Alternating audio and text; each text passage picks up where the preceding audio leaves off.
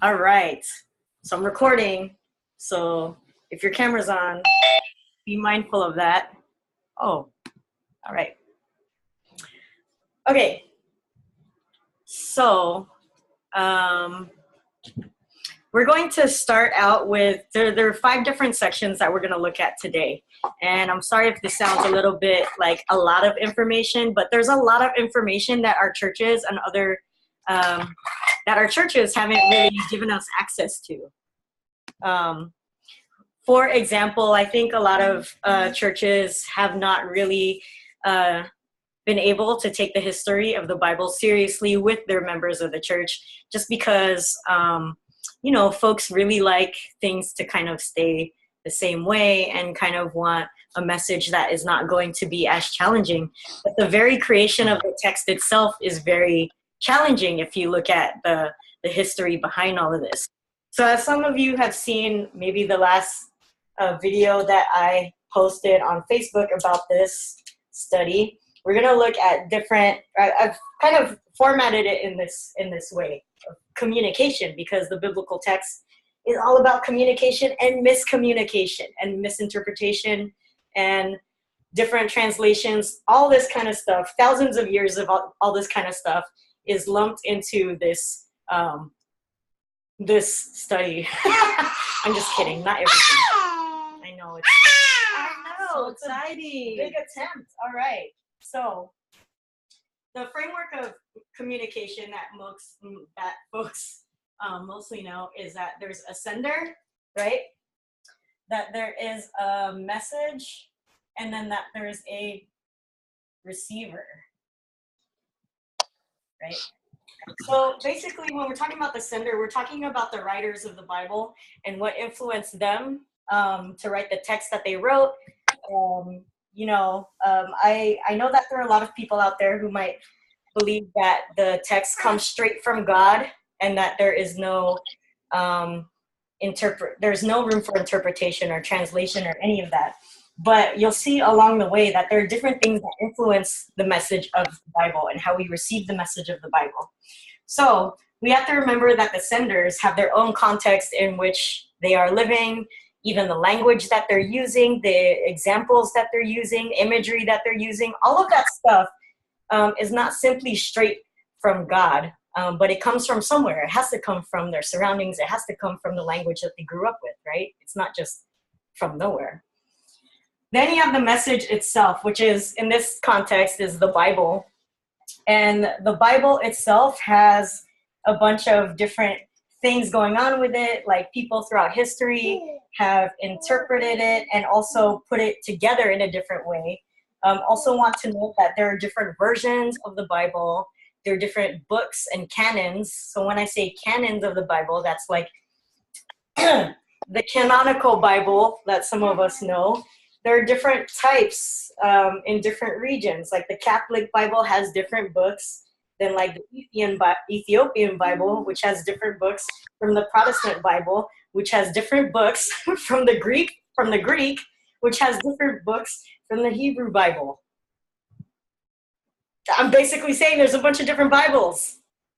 Okay, so there's not just even just one, right? And then the final thing is the receiver. That is the reader.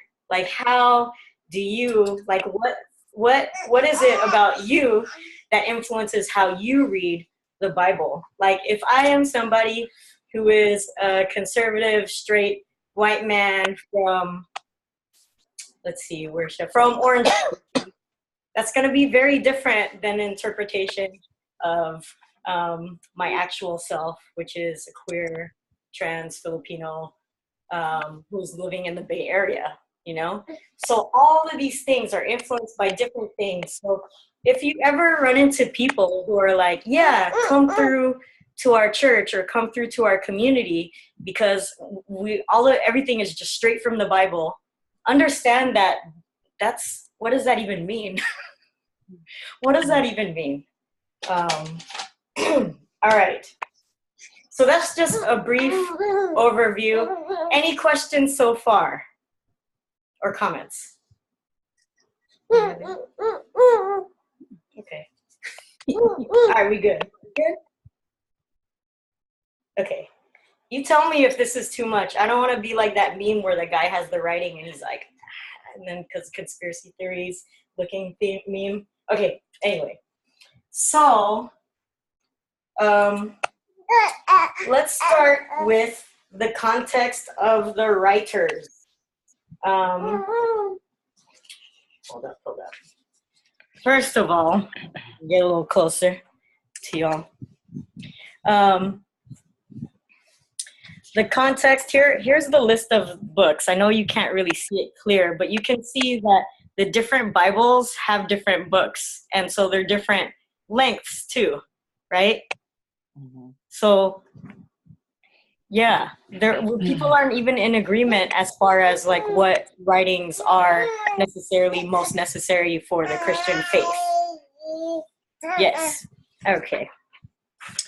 All right. So the context of the writers.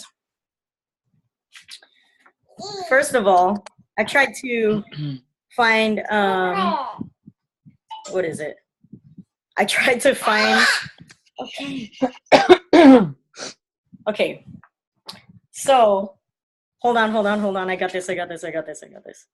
Okay. One of the things that we want to be sure of when we're thinking about the writers is not to stereotype people in the Bible. I feel like there's a tendency for us to think that people in the Bible were very backwards in their thinking and stuff like that. We assume that they're not as reflective as they actually were and as we are these days. I think part of that is colonialism, where we are going to undermine the knowledge, the science even, that people were learning and passing down from cultures, ancient cultures, you know. Like farmers know a lot of things. They have a lot of knowledge. They have a lot of wisdom. And there's a specific science that comes with farming. Same thing with fishermen. Same thing with, you know, other folks who took up jobs that were connected to the earth, connected to the land and creation. And so I think that sometimes our Western view of looking at people in the Bible is that we assume that they're just inherently like cavemen, like thinking and very primitive in their thinking. Yeah, so that's one thing that we have to think about when we're thinking about the context of the writers. Another thing, though, that we don't want to do is that we don't want to say we were exactly like us either. We don't want to assume that somebody who was living in slavery times, that we know exactly what that experience is like, given that we're in a different context now and in these days, all right? So that's just a couple of things that we should think about when we think about the context of the writers. All right. Okay.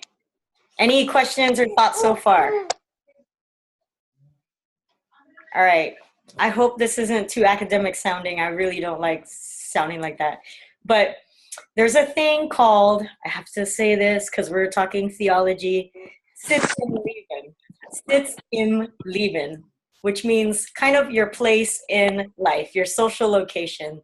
Some activists might know this as social investigation, like what your background is and all that kind of stuff. We have to remember that the writers had their own Sitz im Leben, Germans and academic stuff, you know.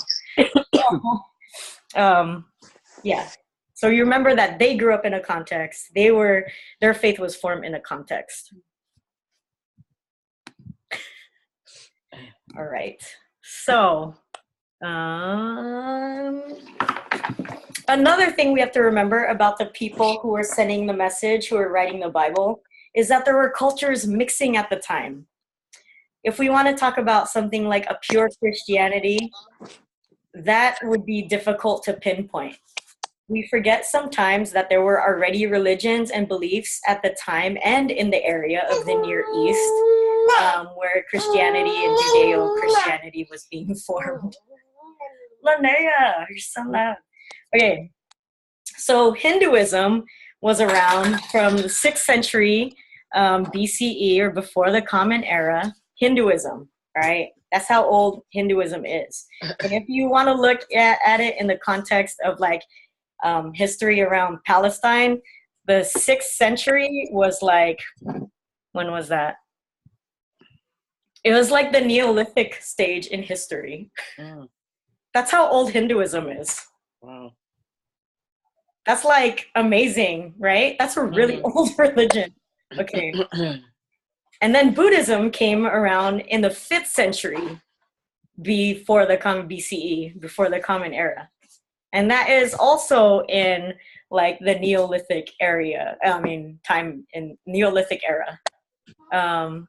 Those are really old religions. To say that those two religions, very strong religions, had no influence in Asia, continental Asia at the time, now we know as continental Asia, is kind of like, what is a pure Christianity then if people have been practicing this religion for thousands and thousands of years before Jesus even came? Yes. And then Islam came in 600 CE, 600 Common Era.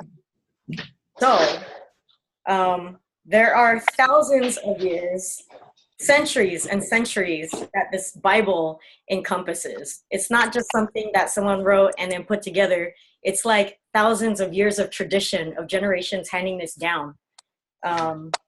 And also, first of all, handing it down, because we're talking about the Neolithic era, the Neolithic era, folks were handing this down orally or through imagery, right? Through writing. So in the Bible, if you run into texts that sound like they're repeating the same story over and over again, or they're, repeating the same word over and over again, it's because it's from an oral tradition. And so it was the best way for people to remember stories being passed on. And so then after that, it's like thousands of years, hundreds of years, until these stories, these very stories that were passed down through oral tradition, were then written into text. That's a lot. I know. Okay. So we didn't even get into the history of the writers very much, other than that we have people who were writing and telling story, or who were telling stories during the Neolithic era. We have people who are telling stories throughout the Copper and Bronze Age. We have people telling stories into the Iron Age, and then you have the Empire Age, so like Neo-Babylonian, Persian Empire, Greek Empire, Roman Empire. Like, that's how much this Bible encompasses. That's how much of human history this Bible is attempting to encompass. That blows my mind. Right? Mine too. Yeah, right? Okay. Any questions right now about what I've said so far?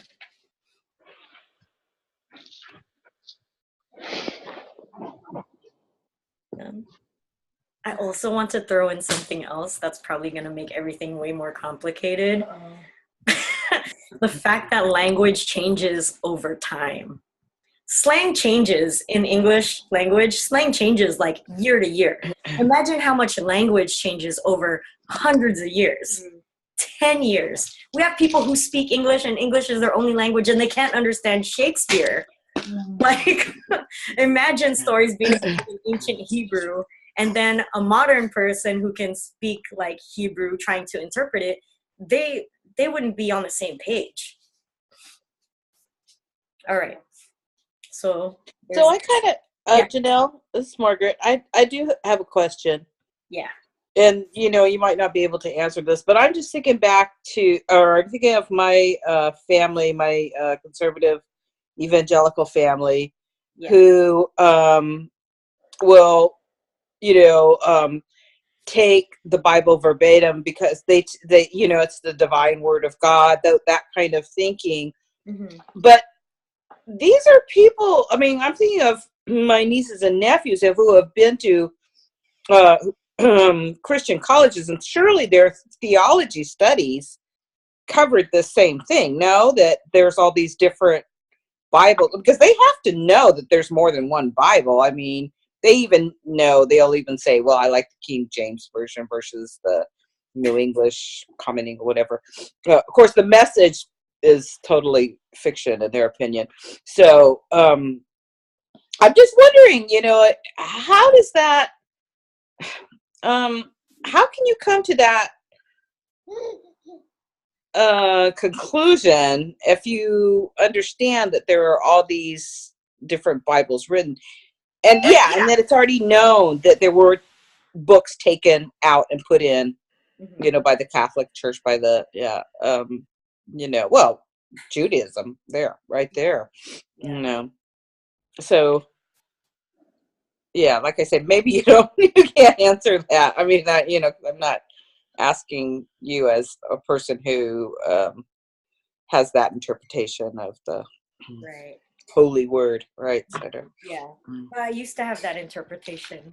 Oh, okay, good. Okay, you can answer that for me then. Well, first of all, I didn't have access to history. Okay. I didn't even know like that you could put history alongside the text, right?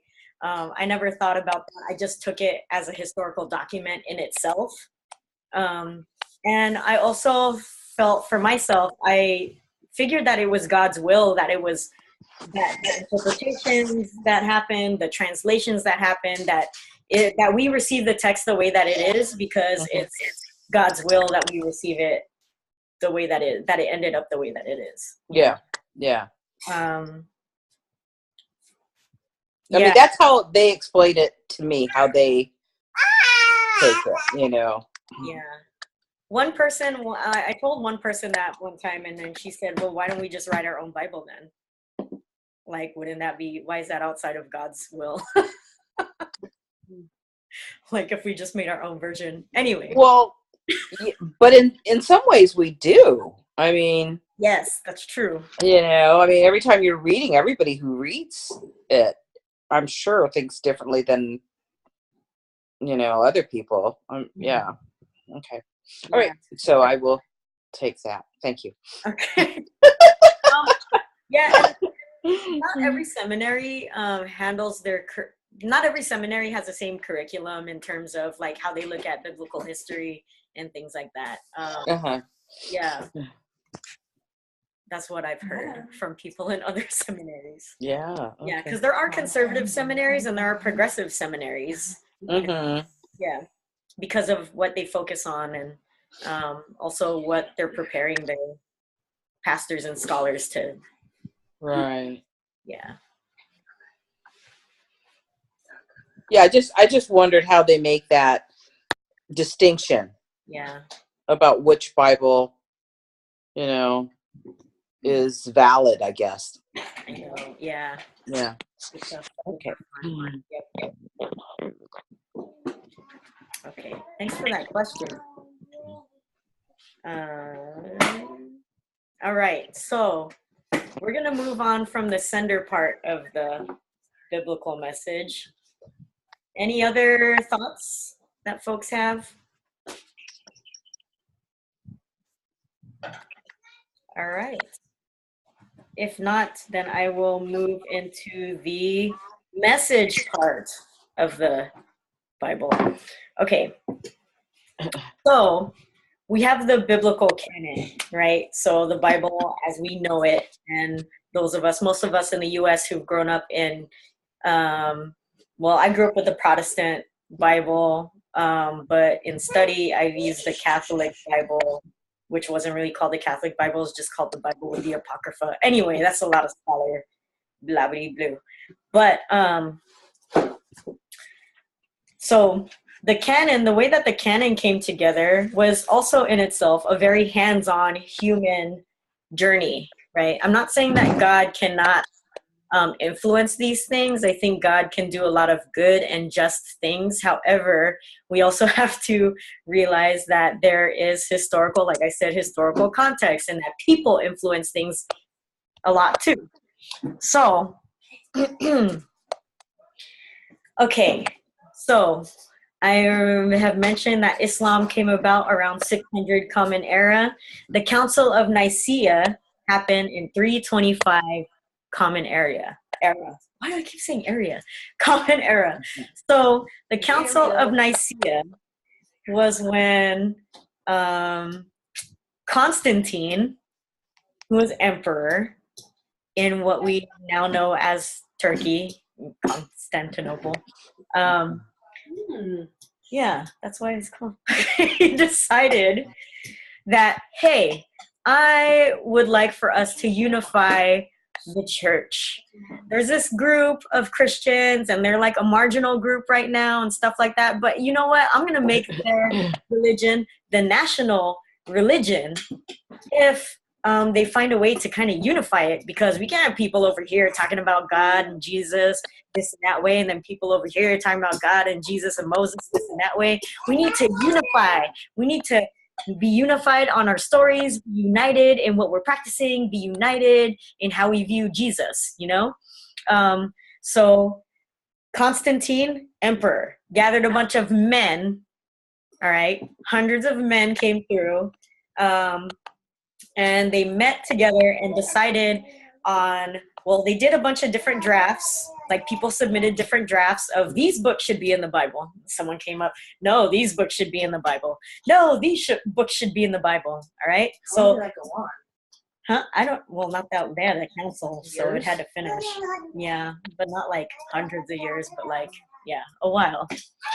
So imagine there's a bunch of like different pamphlets flying around of what Christianity is, right? And then you get a bunch of men together who are selected by the emperor to come up with like, these are the pamphlets that every Christian can look at. These are the pamphlets that is going to lead our faith, all right? So that's what happened. Council of Nicaea kind of unified everything. It also unified some doctrines that some Christians still believe in and some Christians think define Christianity, like the doctrine of the Trinity, you know, the Father or Creator, Son, and Holy Ghost. Like, those are arguments that these men like argued about, had back and forth about, and then they decided, okay, I guess there is a Trinity. And then I know, it's funny, right? And then what else? Oh, I believe that Jesus is fully human. And then someone like, I believe that Jesus is fully divine. I believe that Jesus is human and divine. And then they battle it out. They talk and talk and talk. And then, you know, actually people like killed each other over these conversations and over these meetings, right? And then finally people are like, okay, yeah, I believe that Jesus is both human and divine and begotten by a virgin. So, like, you can use text to argue that, and you can use text to not argue that, but at the time, they didn't have a solid Bible to even back up their arguments. Does that make sense? Yeah, it just makes me feel like I don't want to believe in anything, you know? I know. I'm going to do this to, like, you know, pull out Jenga blocks from anybody. But I just think that it's really amazing and interesting and kind of absurd, you know, like all this human chaos coming together and then people drawing so much spirituality from it, right? So much guidance from it, because it can be used for guidance and liberation, right? Despite all of these things happening. And I think that's why there's God. That's why I believe in God, because despite all of these mistakes that humans make, we're still here. There's still good things in the world, and there's still things to believe in. I don't know. Maybe I'm just idealistic. So, the Testament, the Old Testament alone encompasses many centuries of books of the Hebrew Bible. Let me see, where is that? Okay. So this is just the Old Testament. I know you can't see this document. This is just the Old Testament, but Exodus, the book of Exodus with Moses and, you know, Exodus movement of Ja people. That was 1100 BCE is when that was written. All right. And then now we'll look at Proverbs. You know, some people like to quote Proverbs. That was the 5th or 6th century BCE, meaning the Old Testament alone has thousands of years just crammed into the book, you know? So for people to say that the Old Testament God is a more aggressive and angry God, they're making a statement over thousands of years of people's faith and of people's relationship with God. I understand why people make that statement, because Jesus is much more like appealing, with the words like love and love your enemy and who's my neighbor. But the Old Testament has tons of information in there too, and tons of stories in there, tons of spiritual development in there as well. All right. Let's see. Any thoughts or questions again so far? All right. Okay. So I know that saying all this stuff could be like, oh, well, what the heck is the point of looking at the Bible if like all these people had their hands all up in it and like, like what is the point of it if it's not really saying things of God? But the thing is that it is still saying things about God through people, If we are people who see beautiful things in other people, then God is still around. Like Linnea talking while she's eating. All right. But I think it benefits us the most to approach the Bible like we approach any other book, not necessarily to undermine the Bible, but to uncover what the people were going through and what the people were trying to figure out at the time. Because these were people that were experiencing oppression, they were being conquered, they had conquered others, they had been under slavery, and yet they still believed that God was with them, that they had a relationship with God somewhere, just like for those of you who've been in the Philippines, like there's still, even though people have nothing, they still have faith in something. Otherwise they wouldn't keep going. They wouldn't keep struggling. They wouldn't keep powering through. And to me, that's like very divine. So the Bible itself is very much like the journey of a people trying to figure out who they are in the context of God, a God that they know is good, a God that they know that is protecting them, and yet experiencing imperial wars, experiencing conquest, experiencing famine, Like, where is God in the midst of that? I also want to note in that question of where is God, back in those times, God was very much about a location or a place. It was very much a concrete thing. Like God was literally at the temple. That's why in temples of even Greco-Roman temples, you have statues that are there to signify the presence there, right? And also, like the U.S. is like, oh, God is on our side, God bless America, and that's why we keep winning wars, right? So what if you are a people who is conquered and you're not winning wars? Where is God? Is your God weak? What happens if you're a people who is displaced? Does that mean that your God is gone?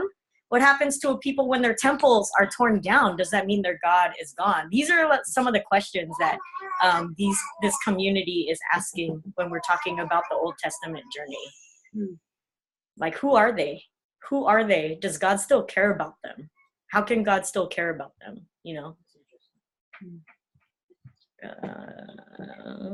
All right. I think that's it for the message, the Bible itself. Unless we go, that's it for the Bible itself. Okay, so we're going to move on to the receiver part of this, of the Bible. So us, looking at us, what have people done to the message after they've received it over time? I did mention that there are different translations, that there are different, okay, hold on. I did talk about a little bit the fluidity of language, right? Like how much even English has changed over the years. Let's see, what's an old word? People don't say psych anymore, or you got moted, like people don't say that anymore. The bomb. Or that's the bomb, or that's bunk, or all that in a bag of potato chips. Or word up. Word up. Where do you mama? Anyway, language. Thank you, Kira. Language changes a lot, even in one person's lifetime, right? So let's see the languages that are involved with the Bible. We have ancient Hebrew, and then we have Greek. Much associated with the Bible? Yeah, the Old Testament, much of it was written in Hebrew and in ancient Hebrew. And like I said, thousands of years of Hebrew. Yeah. And then Greek is the New Testament. Some parts of the New Testament are written in Greek. And then Aramaic, which is what Jesus spoke, which is a version of Hebrew, but not exactly. I was going to ask for that. It's a different language. Yeah. Aramaic. All right. We got 3 different languages here. Okay. Like I mentioned, language changes. And so people who speak Greek now are not necessarily going to know what ancient Greek, aren't going to be able to read Greek from back in those days. And then also we have Bibles. So Bibles take these 3 things and then, because we're in the U.S., then we translate it to English, right? And then English has a bunch of translations too, right? Do we know any translations out there? Margaret, you mentioned the King James Version. NRSV. Yeah, does the message count too? No, No, I'm on a Bible study. it's a horrible translation, but yeah. The message, would you say NRSV? Like the message is trying really hard to be cool or something. Like What's NRSV? NRSV is the New Revised Standard Version. And then there's you don't have to know all these. And then there's the NIV, which is the New International Version. And then you have the NLT, which is the New Living Translation. There's a bunch of English. Oh, there's also a New King James Version. Oh. I see these on sale a lot. Boop, boop, boop. There are Bibles these translations are like readily available at most bookstores, and they're usually like a lot of them available. These ones are not as, you don't want this one. This one is not as available. Wait, which one don't we want? Well, all right, I'll get into that in a little bit. Okay. So, I want us to realize that although the text was written in these languages and then translated into English, the reason why there are different translations is because, like, each had a different. First of all, each were created in a different part of history. King James one is old, but there was also an agenda that came with why the translations, who made the translations and what they were for. I don't know the entire history of King James Version. I only have a little bit of knowledge about that. But I know that even amongst these, there's not necessarily a consensus for what to translate literally and what is taken as metaphor. Some of these translations attempted to translate literally, like word for word, right? And then some of these try to just capture the essence of the message. And some of these try to do a little bit of both. Okay. So, we all know that translating something from one language to another is very difficult. Mm-hmm. Even just one word. Okay. Mm-hmm. Let's see. What's a difficult word to interpret? Yeah, a bunch of Japanese words. Margaret, can you think of a hard to translate Japanese word? Oh yeah. Oh yeah. Itadakimasu. What you say before you eat. Yeah. Right. No one can really tell me what that means. Everyone has a different translation. Yeah. Mm-hmm. And I know in Tagalog there are several words that are difficult to translate. Like even basic ones like gigil is hard to translate to English. You know, like when a baby goes like this, that's gigil. Yeah. How do you say that? Oh, that's so cute. Okay. Yeah. Yeah. So things like that, right? Or when you light up when you're in love, like oh gosh, what do you call it? Kalig is a Filipino word. When you light up because you're like full of love or whatever. Like how do you can't describe that in English, really. No. If you know what that is, you know what that is in the language. So imagine taking these three languages and putting them into English, right? So there's already some influence going on there, you know, from human thought and human scholarship. And then given that we have all these different kinds, this isn't even all of them, right? We have the Good News Bible, other versions of the Bible. My brother gave me one that was in Pidgin, Hawaiian. What? Yeah. It's only the New Testament. But all of these, there's a reason why people write these. So I mostly know about the NRSV and the NIV. And the NRSV is the version that that we studied in seminary while I was at Pacific School of Religion. And this was made by a group of scholars. So it was a committee of scholars who could give feedback, who could hear feedback from one another and stuff like that. They released this. They got rid of like old language that they didn't feel was, they just didn't feel like it was relevant to the message of the text, right? But a lot of people, like a lot of liberal people embraced it. A lot of scholarly people embraced it. But some people who were more conservative and felt like the translation should be more literal, they didn't like that so much. So they responded by coming together to create the New International Version.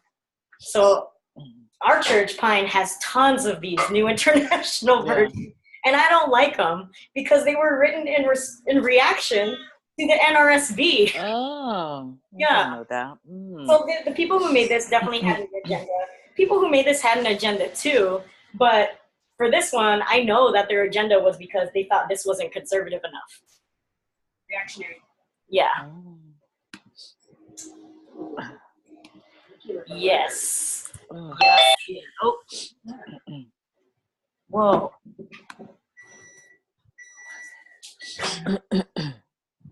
Okay. Yes, Jack. Translation is a trip, and textual transmission is also hella trippy. I know. It's kind of. I know I'm giving you a lot of information, and you might not know what to do with it yet. That's kind of my style. I'm not going to tell you what to do with it. You just gotta figure out how to integrate it yourself. All right. Okay, so. And then imagine that these texts are also translated into other languages, right? Whew. Sugar stuff. Huh? Oh, sorry. I was talking to my cat. She was Oh. bumping the phone. Let's see. Oh, yes. Okay. So we're on the receiver, right? So receivers have responded to the message by making a bunch of translations so that people can understand it, so we could spread the word of God. Another way that the way that receivers have received the message is influenced through Western thought, right? I forgot to mention, by the time that the New Testament is around, there's already influence of Greco-Roman philosophy, Greco-Roman thought. Greco-Roman thought is very binary in its thinking, so you'll see it a lot in the writings of Paul, where he'll say, oh, this is of the body, but this is of God. This is of the flesh, and this is of God. It's very binary, whereas the ancient Hebrews didn't have such a binary way of viewing the world. The ancient Hebrews were able to tell various versions of the same story and be okay with it. They were able to tell various versions of the creation story, of Noah's Ark story, and then be like, oh, okay, we're cool that there are a bunch of different versions. But Greco-Roman thought makes it so that it was hard. They had to, Greco-Roman thought, the philosophy at the time was that if you had something that was true and long-lasting, it transcended the body. It transcended material things. So we came to a different place in terms of how we view God. It's less material and more about like belief, more about viewpoints, and things like that. So amazing. Yeah. It is crazy. Because like in context, like when you were encountered by Come here. God, More. Say it. oh, I was just gonna say, it's crazy because like in context, it's crazy because you're in context. If you're encountered by God, it's like it's a material thing, like that you feel. Like it's a time in your life where you're going through something, whether it's like internal oppression, external oppression, and God is like something that gets you through that material like context, right? And so to make it about like just belief for the sake of belief, is kind of counterintuitive. Yeah. And Greco-Roman philosophy is also influenced by people who could just sit around and think at Athens. Leisure, yeah. And be like, I'm wise, and and I know what truth is. So their class is definitely influencing how they do philosophy, or not their class, their socioeconomic situation. Also makes people subjective. Yeah. Like, just believe just to believe, but like don't think for yourself. Yeah. Thank you for that info, Nikki. Okay. Paradigms of interpreting the Bible. All right. So not only are we influenced by Western thought, and New Testament is influenced by Greco-Roman thought, but the way that Christianity as we know it right now has been passed on to us and entered into our communities is through colonialism. And so colonialism definitely influences the way we interpret scripture. You have Constantine, who used a Christian text and also the unifying of the church to support his empire. There was an agenda there. And then there's also Christianity used to support the agenda of colonialism. So there are a lot of things that we need to unpack when we talk about the Bible these days. And it's our responsibility to do so, or else we'll perpetuate the same empire values, the same colonial values and things like that if we're not careful. Yeah. Any thoughts so far? I'm going to erase this. I'm recording anyway. Okay.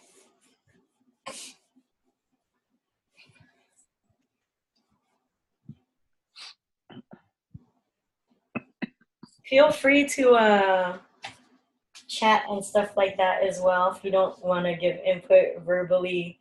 Now we're still talking about the receiver, and we're going to talk about the paradigms of interpreting the Bible. There's 3 ways that people have that people interpret the Bible. There is a traditional. I spell that. Traditional or conservative way, and there's a liberal way that people have interpreted the Bible, and then there is a liberation radical way that folks have interpreted the Bible.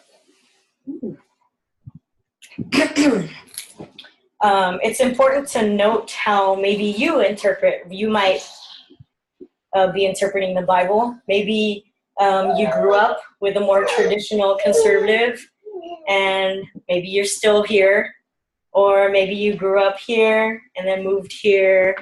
The way that we read the text is alive because we are alive and our experiences change and shift all the time.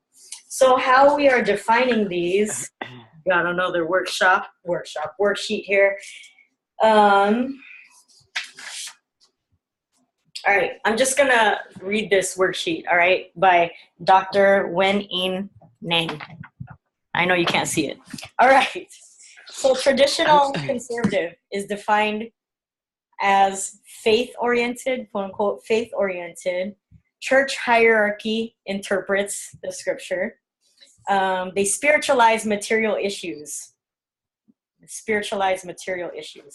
Heavily doctrinal, so very much about rules and doctrine, relies on the New Testament, especially Paul.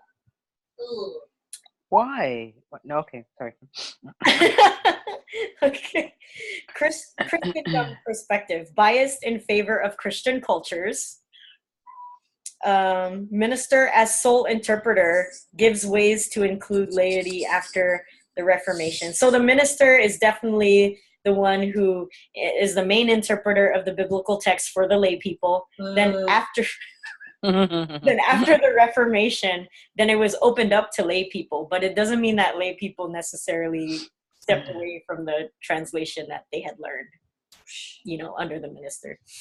And then there's a result. You know you're growing as a Christian because you have you have understanding and belief, right?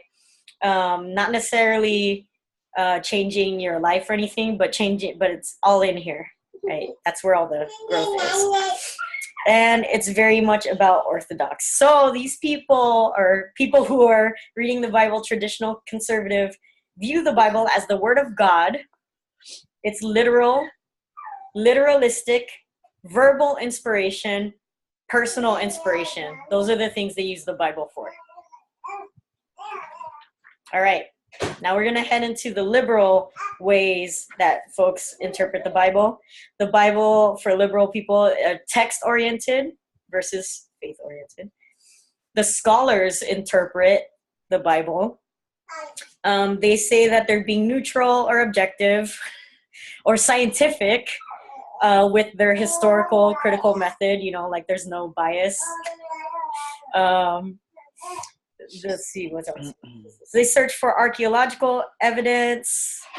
They apply the Sitz im Leben, or the location in life, the social location. They apply it to the writers of the text, but they don't apply it to themselves. They don't see how they might be influencing how they read the text. Scholars accountable primarily to the academy, clergy are kind of like, oh my gosh, this baby's having a party over here. Okay. Mama walked in. And where was I? Oh yeah, okay. The clergy are kind of like the conduit to the laity and to the churches. All right. And let's see, the study is informational and supposedly neutral, focuses on the written text and scholars' findings and opinions, basically more scientific look,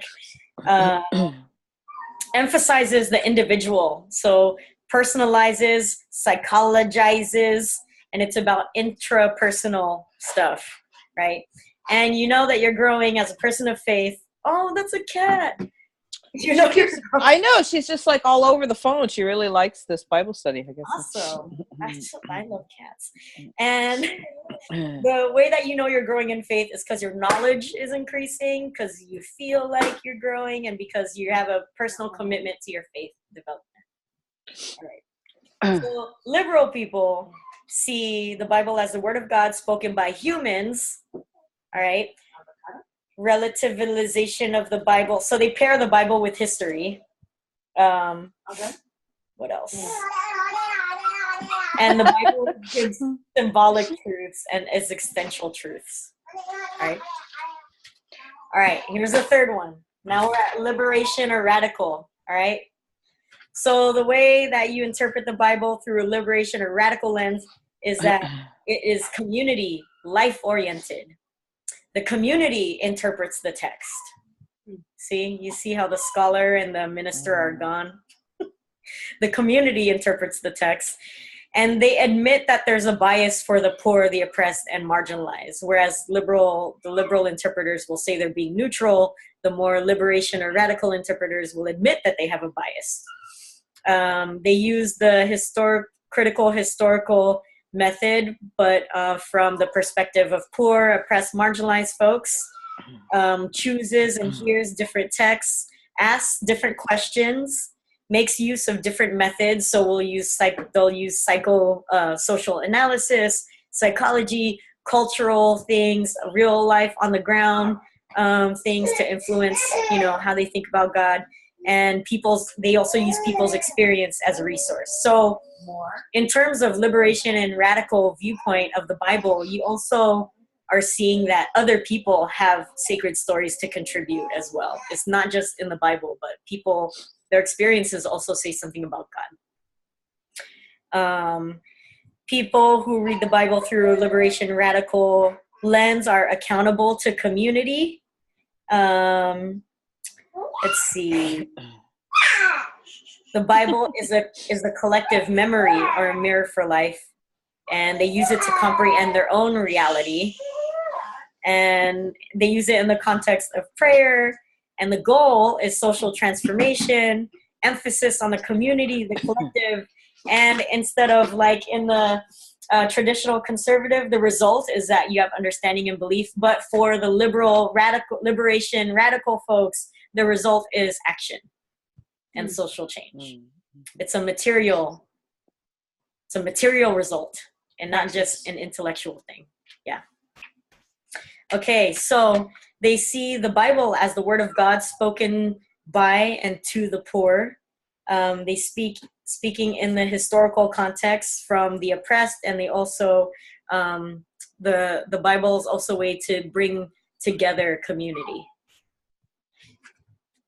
All right, so I am gonna invite you to think about how you've grown up knowing and learning the Bible, and how you would like to move into interpreting the Bible. Or if you're fine where you're at, that's cool too. Okay.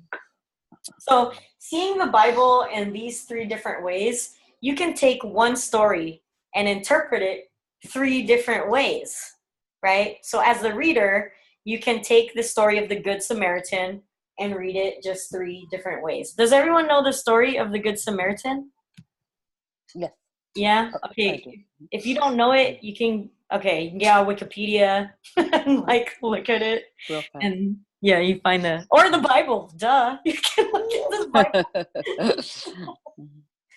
So if you were to look for it in the Bible, it would be in Luke chapter 10, verse 29 through 37. So those of you who haven't cracked open a Bible in a while, this is a good story to look at. So the way that, for those of you who know the Good Samaritan story, how do you think that a conservative or traditional reading would look like?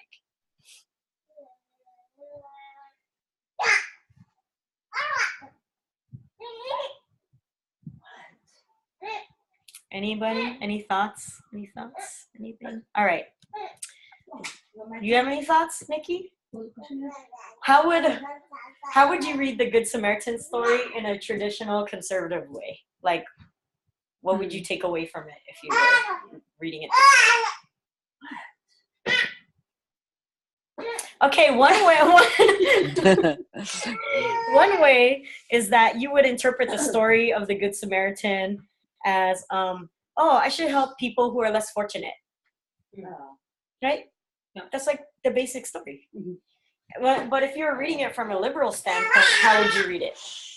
Okay, I'll go into that point now. You would probably read it through asking, like, what's the relationship between Samaritans and the Jewish community, right? And you would say, how does this apply to my personal behavior, And maybe it applies to my personal behavior because if I see someone struggling, then I can pick them up and take them to the inn and give them money. Maybe I should be a more charitable person, right? That's what a liberal interpretation would be. Yeah. And then if you were to take that same story, the Good Samaritan story, and read it through a liberation lens, you would ask questions like, for first of all, the guy that the Samaritan helped, why did he get robbed and beaten in the first place? What were the conditions that that guy got robbed? Where was the priest walking to and the religious man walking to when they felt like they couldn't help the man who was robbed? Let's see, who was the Samaritan? You know, how were Samaritans viewed back then? Why does it matter that why does Jesus need to say that this person's a Samaritan that helped them? You know, so a liberation radical viewing or reading of the Bible asks more questions and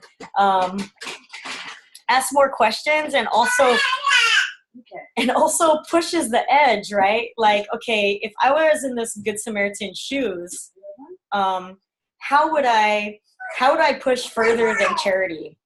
You know, how would I look at what the root causes are? How would I look at the socioeconomic context? You know, how would I participate in helping out people who are getting robbed on this road? So you'll just look at the stories differently. You know, it's not so much set in stone.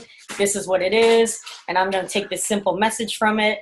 If you get to struggle with the text, you get to wrestle with the text until something of meaning can come of it, you know, because this is a text that was largely written by oppressed peoples. Although it might have been put together by people in power, there are still people who were experiencing oppression that contributed to these texts and to these stories, right? Any thoughts or questions around that? Oh my gosh, even when you're eating. I think So I do have a question. That traditional, I'm sorry, I can't read. Conservative.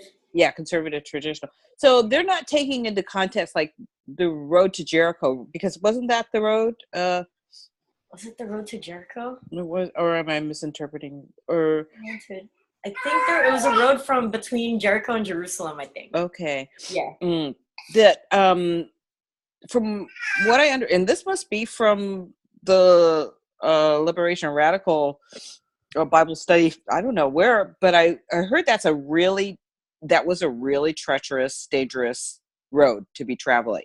Yeah. Anyway, and so if you're from that traditional sense, you're not taking into context how dangerous that was, or the Samaritan being at odds with the person who was he, Hebrew, the guy that was jumped, the victim, right? They were at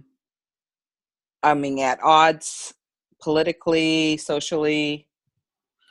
Yeah. Correct. Yeah. It doesn't. Then I'm just wondering why I know that if I learned that from a traditional conservative, Right. you know, because that was Sunday school, right? You learn that. That's one of the first stories you learn in Sunday school. Yeah. Well, you've just had really good pastors. Just kidding. Well, I think that asking the question of context, like who the characters are, is something that is missing here, right? Yeah. That's something that you're bringing up. Even the so that in that sense, the traditional conservative sense, you don't ask those questions. Like you just take the literal story that this guy was helped. Yeah, it's kind of like being colorblind.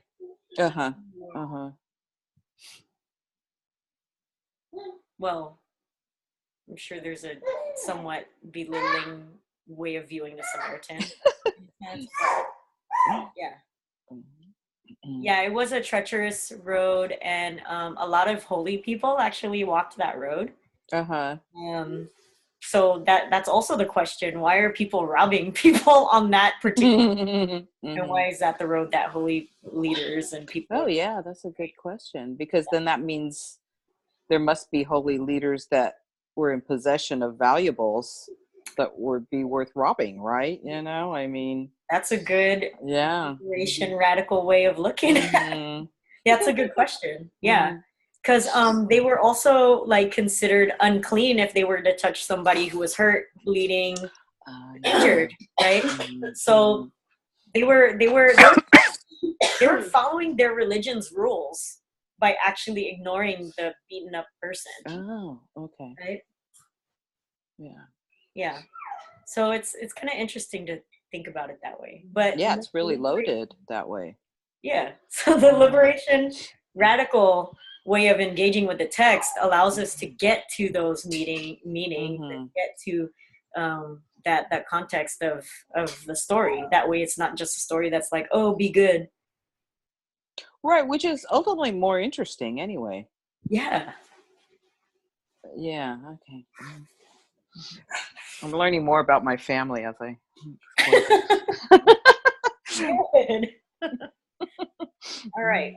So Melissa said that Chrissy had to hop off, but we're going to talk about the jeepney hermeneutics part right now, because what is missing in this whole thing? Okay, I'm going to erase this.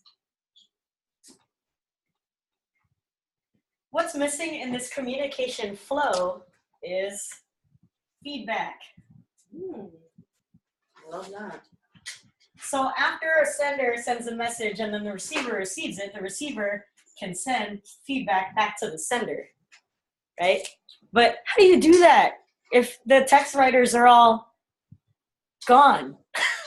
How do you do that if all the text writers have passed away and they're from thousands of years ago, hundreds of years ago, you know? So I would hope that part of the feedback, the missing piece, the feedback, is that we respond and give feedback through spiritual practice where we can commune with the divine, right? And be like, bruh, or whatever, however you identify God, sister, whatever, mother. How, just like interacting with divine through prayer, through spiritual practice and things like that. That's one way to give feedback to our ancient spiritual ancestors. Another way is through theological, writing papers and thinking about God in different kinds of ways. And another way is about being in community. Because community is how we can experience God in concrete ways, through other people, through creation, through nature. Those are ways that God concretely can connect with us and that we can connect with God. So I feel like those are the ways that we can provide feedback. And I'm going to, as one form of feedback from the receiver to the senders, who are either our spiritual ancestors or the divine or the worshiping community, is through different theological means, and one theological mean is through jeepney hermeneutics. All right, so I'm gonna get into that in a little bit. I'm gonna erase this part. No, I'll leave that up. Still here. Okay, so jeepney hermeneutics is something that I had learned about for the first time when I was in the Philippines on my first trip with the Philippine Solidarity Task Force of California, Nevada of the United Methodist Church. So in 2008, I'd been to the Philippines twice before, but then going to the Philippines in 2008 was an entirely different experience. And one of those experiences, like during that time in 2008, I got to visit the Union Theological Seminary, and I got to meet some cool theologians who were doing like liberation theology in the context of the Philippines. And I picked up this book at the University of Union Theological Seminary, and it was edited by Professor Revelation Volunta. He also signed my book, and so he also explained to us his this idea of jeepney hermeneutics. So a hermeneutic is a framework or a way of interpreting something, a way of interpreting a problem, a way of engaging in something. That's what a hermeneutic is, right? So how do we use the jeepney as a hermeneutic? That's odd, right? So Professor Reeve, and I'm going to shorten this, so I hope that if he sees this, this is not like a butchering of the idea. of the hermeneutic. But hang on. This is based on the text that talks about building or beating swords into plowshares. You'll find that text in, hold up, I got it somewhere. It's in Micah or in Amos.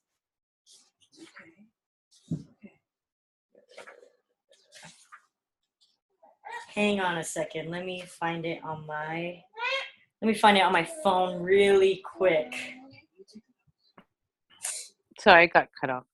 Oh. All right, let me find the text really quick. Beating swords into plowshares.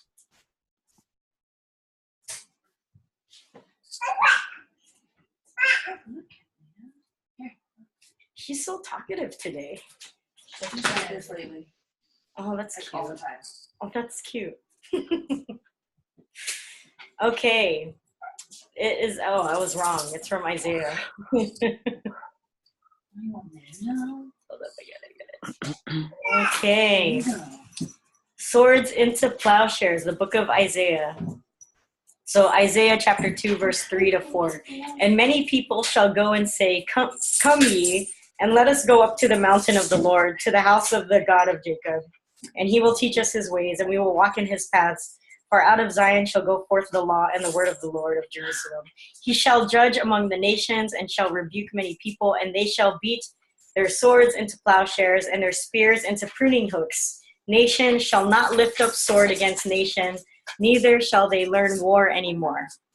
So it's actually an anti-war text, right? Like after war, after travesty has passed and justice is sought, then we will be in a space where we can beat our swords into plowshares. So taking our weapons and beating them forming them into things that can, instead of be weapons of war, be weapons of cultivation, not weapons, tools of cultivations, tools of farming, tools of nourishment and enrichment, right? So that's the text in Isaiah. And so Professor Reeve takes that idea and applies it to the jeepney. Those of you who don't know what the jeepney is a vehicle unique to the Philippines, where it's like a bus. It's a form of public transportation. It's all decked out, painted, customized. It has words on it, and it's got decorations and all kinds of stuff inside. And let's see, I've seen them with Mickey Mouse on the outside, Transformers on the outside, tigers on the personalized. They're totally personalized. Sometimes it has a family's name, right? So you have the jeepney, right? But the way that the jeepney came into being was that it didn't just appear out of nowhere. It's not like all of a sudden, boom, there was a jeepney in the Philippines. The jeepney is actually a war vehicle from the U.S. So U.S.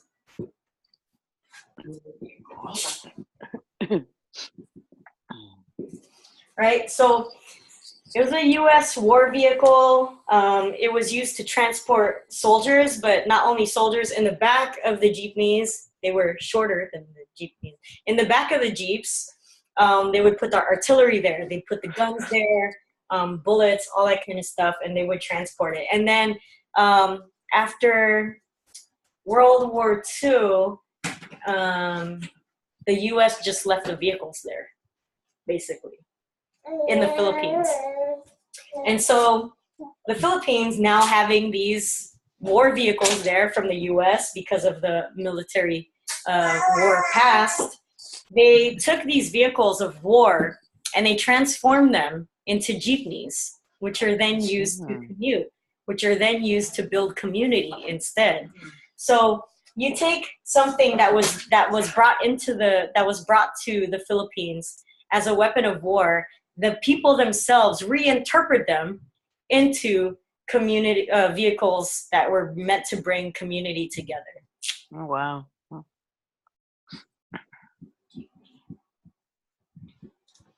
And that is akin to beating your swords into plowshares, right? So this concept, how can we view the Bible in that way? Like, how can we view the Bible as a vehicle that came into the Philippines as a way of war, as a way of oppression? How can we turn them into jeepneys? How can we turn them into things that bring community together? You know, because the truth is that we can't act like the U.S. was never in the Philippines. We can't erase that. We can't go back to a past where the U.S. was never there, not in modern times, you know? What I appreciate about Jeepney hermeneutics is that it recognizes, yes, that there is a past, a rough past, an oppressive past, but we can transform that into something new. We could transform those oppressive things into things that will then liberate our people, you know? So I see this as, you know, feedback from the receiver. Like, you've given us this message, you've given us this message, and we're going to turn it into something that can be meaningful to our context and to our situation, you know. So that is Jeepney hermeneutics. I also wanted to do another plug for Professor Reeve. He wrote this book, Reading the Parables Inside a Jeepney, Reading the Parables of Jesus Inside a Jeepney. You can find this on Amazon. You can get a physical copy or on Kindle. And also, a second version is coming out too. What I appreciate about this book is that Professor Reeve looks at the parables through the lens of a jeepney. From the lens of parables that might sound like oppressive and perpetuating colonial ideas, colonial values, he takes them and brings them back into their context, that these are stories by the poor and for the poor so that they can understand their context better. It's not necessarily about submitting to God, but remembering the socioeconomic realities of the people who were following Jesus at the time and the people who were also being ministered to by Jesus at the time. So please check it out. We might go into this. Okay, that's Professor Reeves. What's his name? Yeah, Revelation, like the book of Revelation. Uh-huh. Yeah, Velunta, Velunta.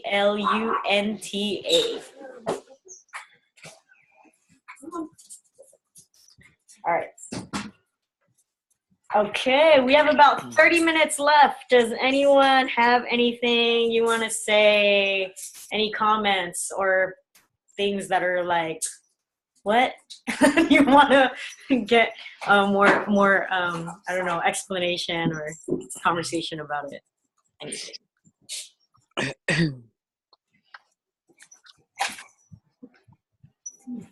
Okay, good night.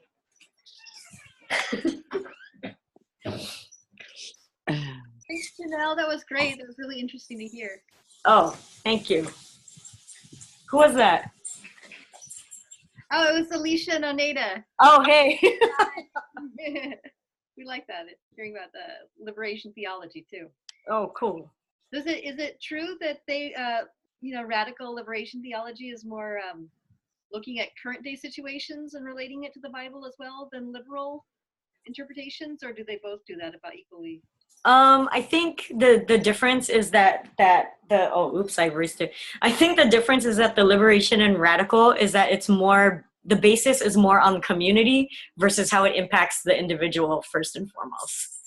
I think for the liberal interpretation, it goes back to the individual and how the individual can change versus like how can the community and the individual as part of that community change and transform the world, which is really, it's a different, kind of a different paradigm.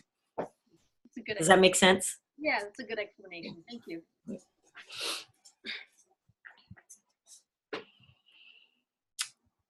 All right. If there are no more comments and thoughts at this time, if folks want to hear over chat or voice now, if y'all are down for another study, please let me know. Or you can email me too. Oh, there's a dog there. Yeah, there's a Oh, okay. lot of living creatures in this space. Uh-huh. Yeah. Okay. Well, if there are Okay, now they're fighting. All right, if there are no more comments or anything right now, then oh, yay! Thanks, Jack. We will do more studies. I appreciate any feedback that you have over email and things like that. I know I just threw a lot of information at you, but I hope that you can take time to kind of sit with it and integrate and stuff like that. And yeah, all right. Thank you so much and for being willing participants in this study. Thank you. Lots of food for thought. Always good. Yeah. Thanks, Okay. Janelle. All right. Thanks. All right. Bye. Good night. Good night.